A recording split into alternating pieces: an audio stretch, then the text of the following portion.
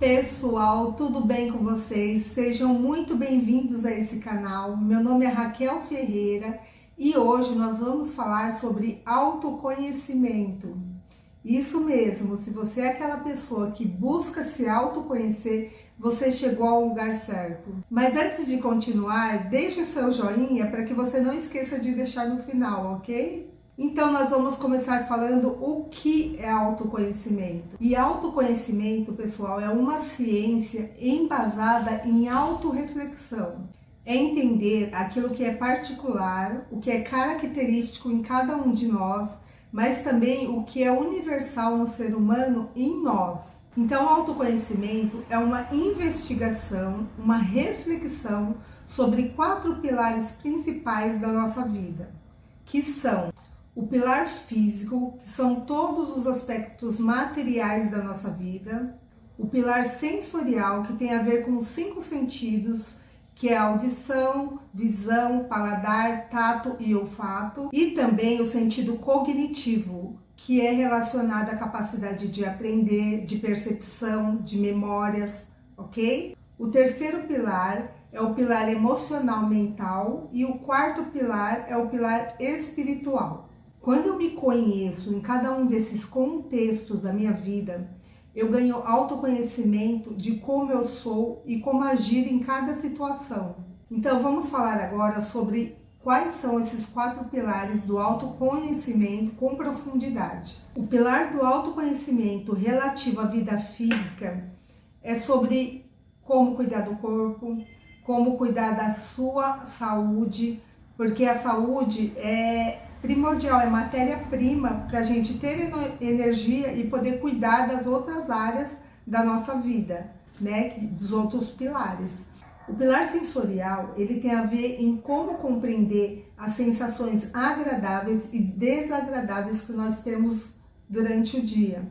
E além dos 5 sentidos, também como controlar o instinto de fugir da dor e buscar prazer. O pilar psicoemocional, ele tem muito a ver com as emoções que nós temos durante o dia e também com os pensamentos. Muitas pessoas acham, pessoal, que pensamento e sentimento são coisas distintas, mas no ponto de vista do autoconhecimento, elas estão lado a lado, intrinsecamente ligadas, porque uma emoção pode gerar 1000 pensamentos. Então, quando a gente fala do pilar psicoemocional, o ideal é a gente desenvolver disciplina emocional do que disciplina intelectual. Para eu vencer o medo, eu não tenho que combater os pensamentos do medo, porque o pensamento do medo, ele vem de uma emoção que prolifera por vários pensamentos de medo. Quando vem uma emoção de medo, eu deixo ela vir,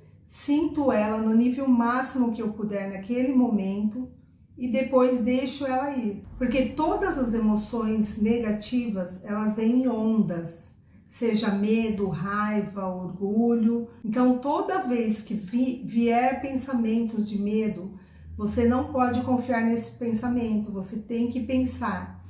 Esse pensamento, ele vem de um sentimento que ele vai passar, e quando passar isso, eu vou refletir e analisar o que aconteceu. Isso é algo que a gente aprende quando a gente desenvolve o autoconhecimento, que a gente sabe que aquele pensamento é apenas uma onda que vem dos nossos sentimentos, mas que ela vai embora. E o quarto pilar do autoconhecimento, que é o pilar espiritual, é o aprendizado maior, que a gente extrai um significado maior da nossa vida, e também o nível de consciência, o nível de maturidade e o nível de sabedoria. Então esses são os 4 paradigmas dos 4 pilares da nossa vida, que nós precisamos ter consciência de todos eles. Então nós estamos falando de consciência em todas as áreas, na área física, na área sensorial,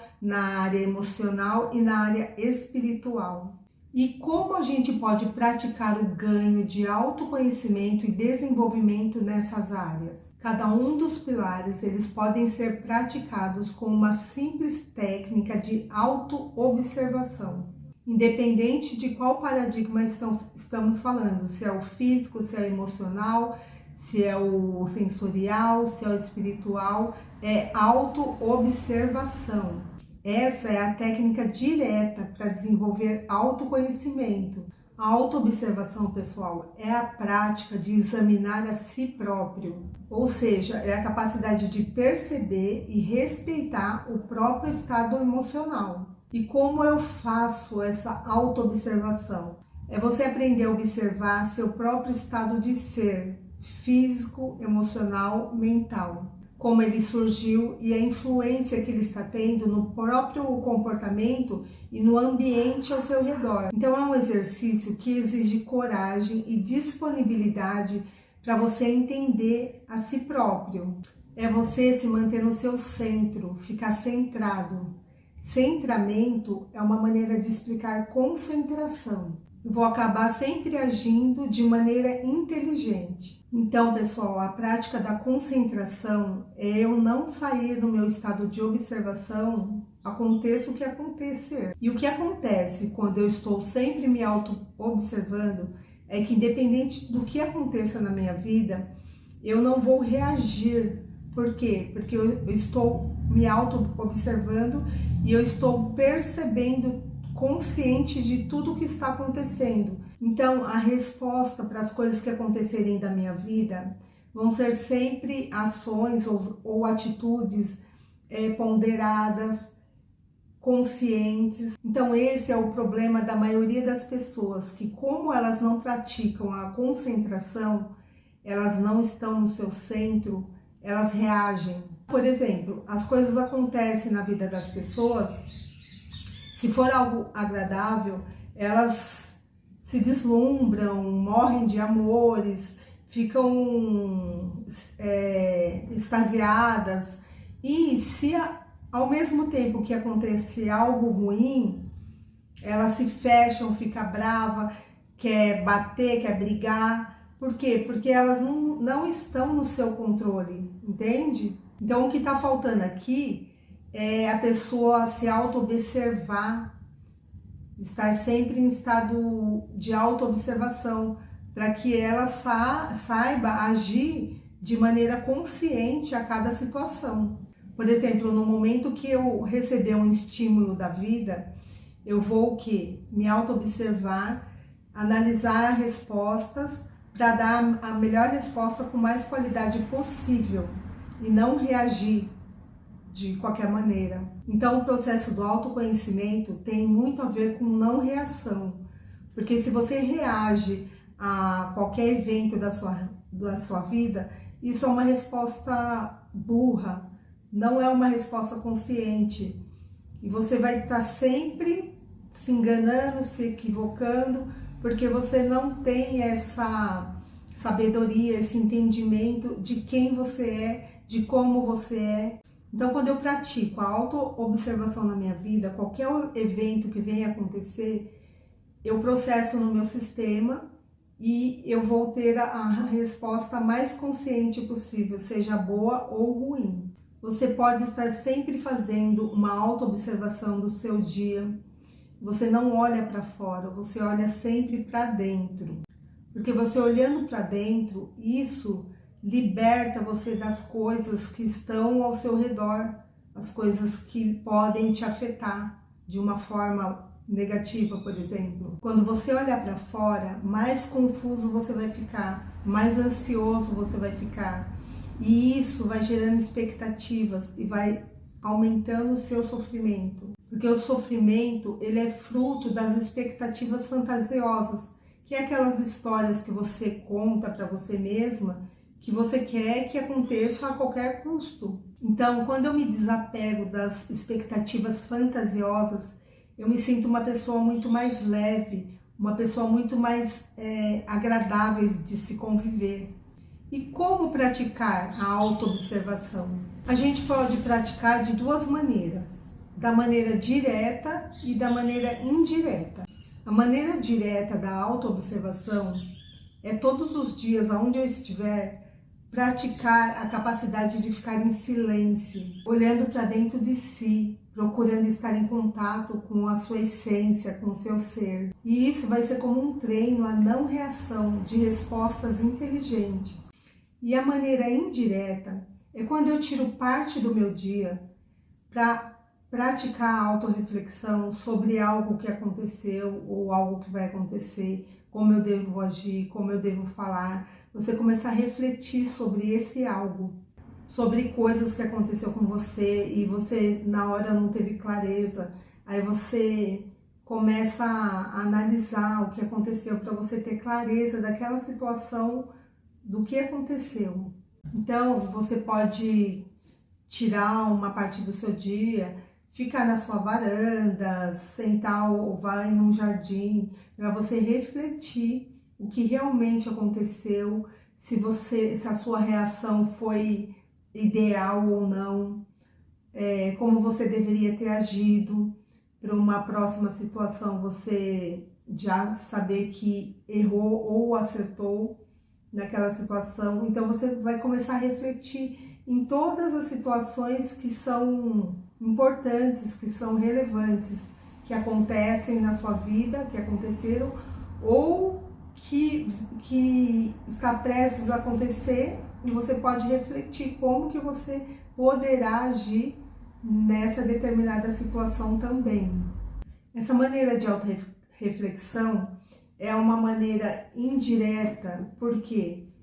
Porque você está mentalmente com aquele problema, tentando resolver. É um momento que você está simulando na sua mente algo que pode acontecer, que você queira que aconteça.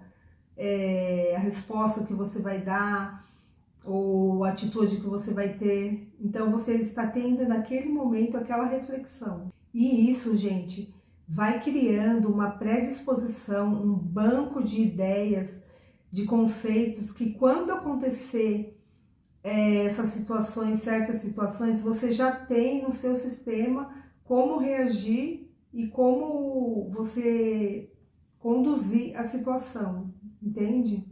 Então, alguns exemplos que você pode fazer essa autorreflexão é você tirar um dia da semana, ir para um lugar para você refletir, ficar sozinha, você pensar como está a sua conduta na sua vida, tudo que você for planejar também é uma autorreflexão que você vai fazer. Só precisa ser algo periódico, tá? Para funcionar isso na sua vida, precisa ser um estilo de vida. Então você tira uma vez por semana ou mesmo de 15 em 15 dias para você fazer essa prática de reflexão, ok?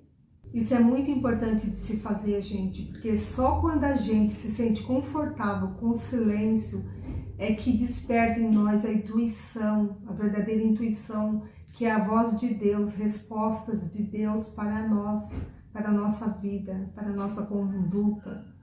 E essa intuição, geralmente, ela vem com resposta para os nossos problemas da nossa vida.